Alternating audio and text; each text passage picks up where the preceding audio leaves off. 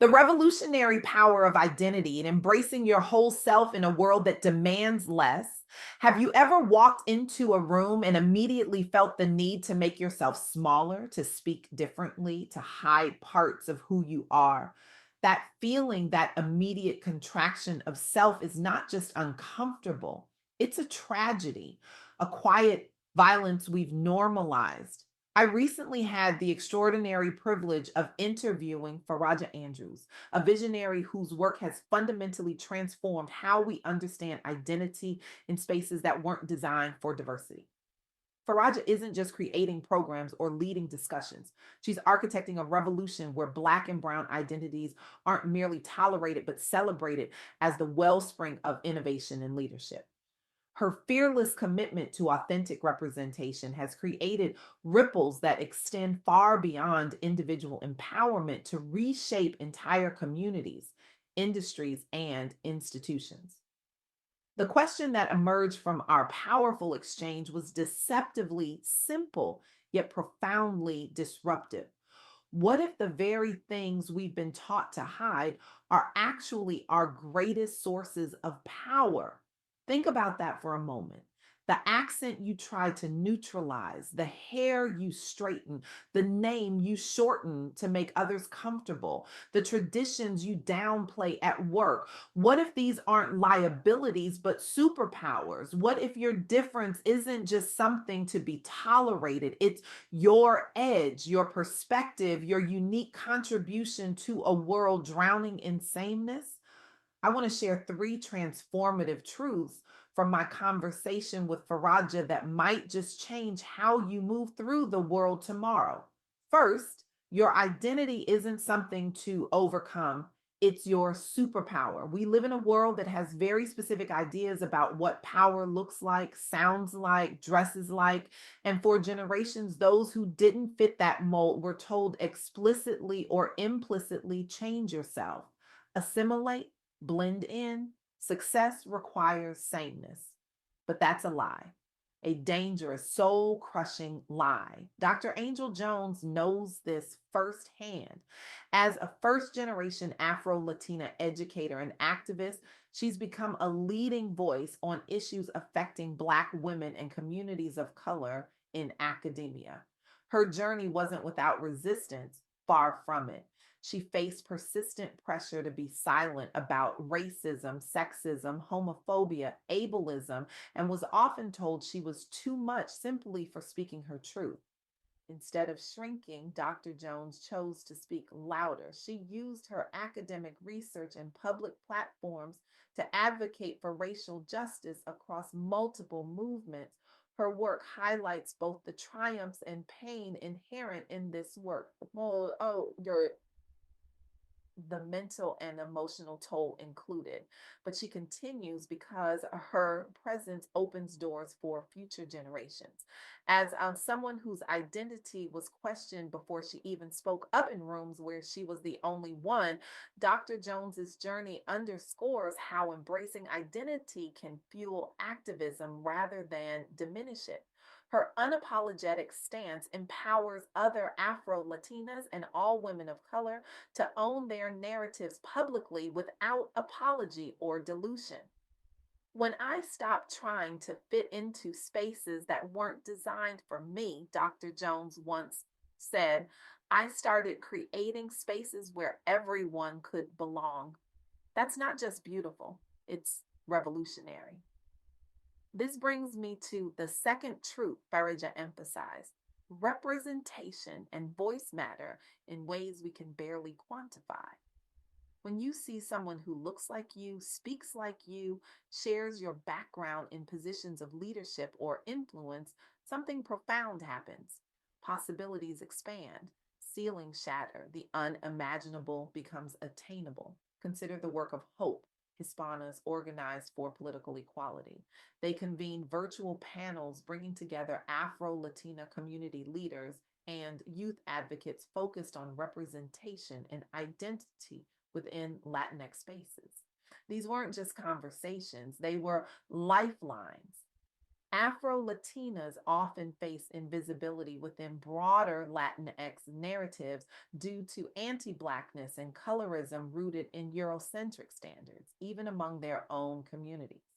These panels foster dialogue around celebrating multifaceted identities while addressing systemic barriers through collective action, education, and policy work. One young participant shared, before these sessions, I thought I had to choose between being Black or being Latina. Now I understand my whole identity is a gift, not a contradiction. Participants reported increased confidence and pride after hearing stories from trailblazers like Delia Garcia, the first Latina Secretary of Labor in Kansas, and Helen Torres, who modeled what empowered leadership looks like when rooted in authentic cultural pride rather than assimilation. These sessions were designed specifically because so many young Latinas felt pressured to code switch or downplay their backgrounds just to get ahead. By centering voices traditionally left out, even within diversity conversations, they created space where everyone could see themselves as leaders in the making. Breakthrough moments included participants sharing personal affirmations like I am enough live during Q&A, creating a ripple effect as more attendees began mentoring others locally afterward.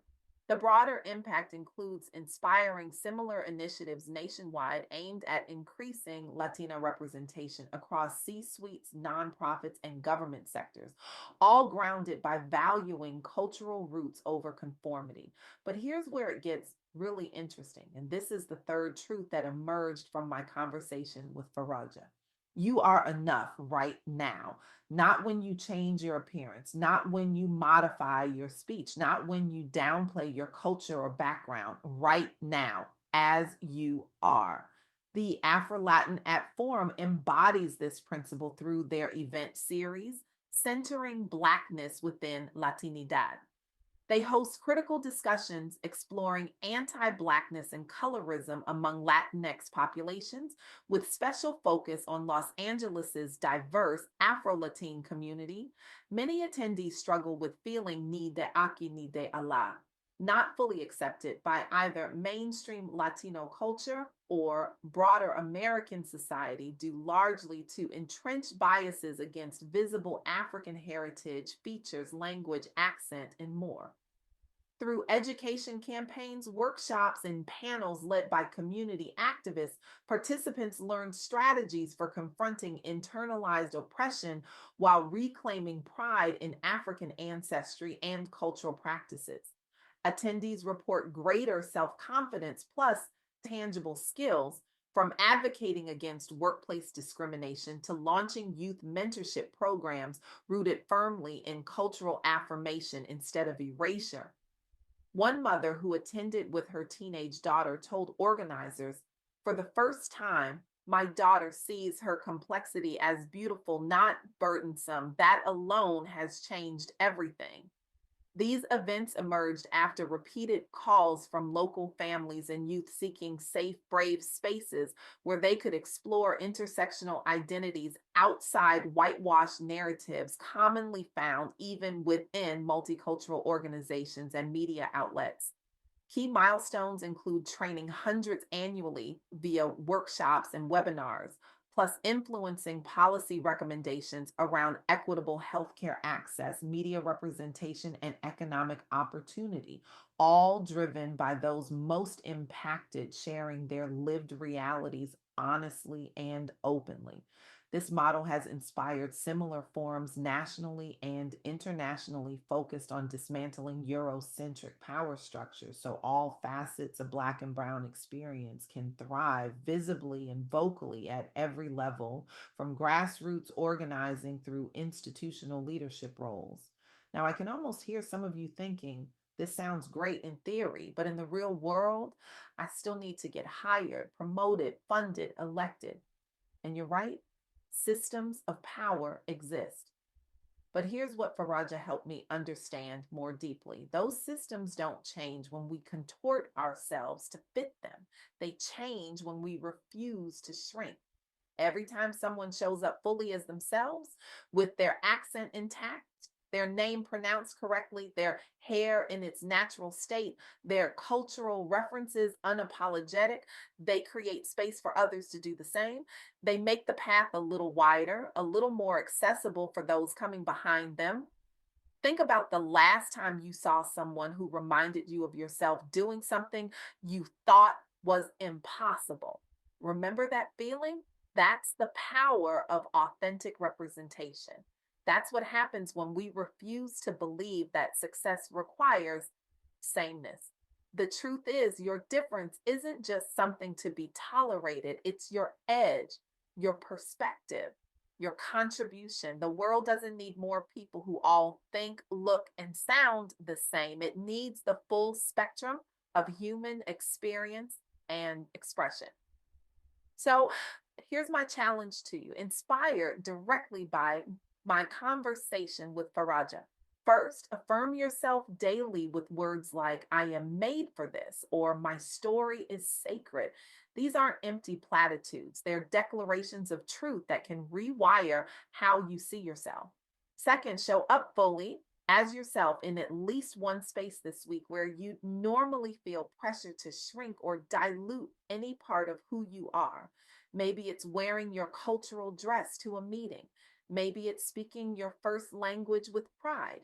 Maybe it's correcting someone when they mispronounce your name. And finally, mentor someone younger or newer, navigating similar challenges. Remind them they're not broken, they're becoming stronger each day through their authenticity. Let the world adjust to us, not the other way around, because here's what I know for certain after speaking with Faraja. When we embrace every part of who we are, our heritage, our story, our traditions, we unlock a source of strength that no one can take from us. These aren't burdens to hide or shrink. They are the very foundation of our power and purpose. The revolution isn't just coming, it's already here in this room, in your heart, in the courage it takes to be fully yourself in a world that often demands less. It lives in the spaces between assimilation and isolation, where we find community with others brave enough to stand in their truth. So, tomorrow, when you walk into a room and feel that familiar pressure to make yourself smaller, I want you to remember this: the world doesn't need your smallness, it doesn't need your silence, it doesn't need your apology for existing exactly as you are. What the world desperately needs is your fullness, your wholeness, your complete, unedited, unfiltered self, because that's where your power lives. That's where innovation is born. That's where healing begins. And that's where our collective liberation takes flight.